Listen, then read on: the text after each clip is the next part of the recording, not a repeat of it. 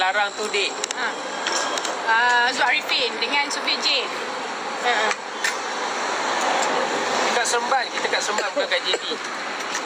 Oh, ni mesti salah orang. Bang, ada jual ke jersey Malaysia? Ada. Nanti pergi dekat Zush. Dekat apa tu? Buku merah. Buku merah. Jangan lupa bawa. Tengok dekat Zush punya tu. Buku merah. Buku merah ke? Buku merah. Haji tu. Tengok. Buku merah. Tak bisa kau? Oh.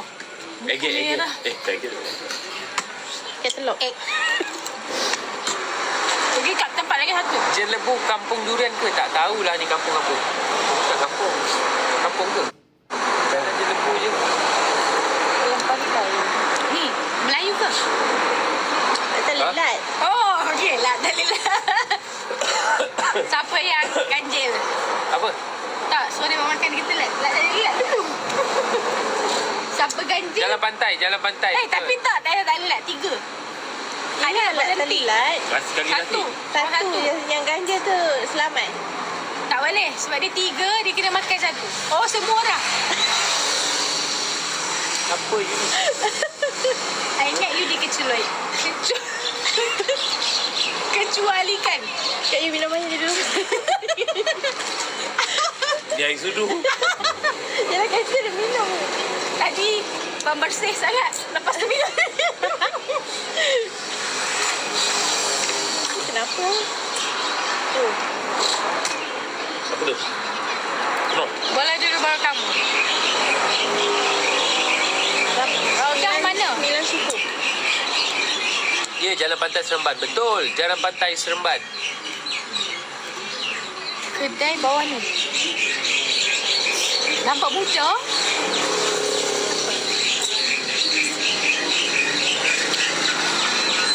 Siapa nak beli kek batik AR, kita dah masukkan dekat dalam showcase.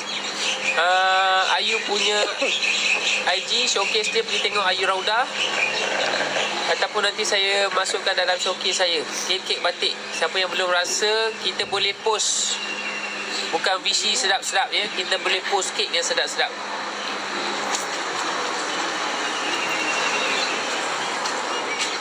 Nak tengok kawan. Post kita pernah, mana yang tanya boleh tahan berapa lama, post kek kita pernah hantar kat customer seminggu.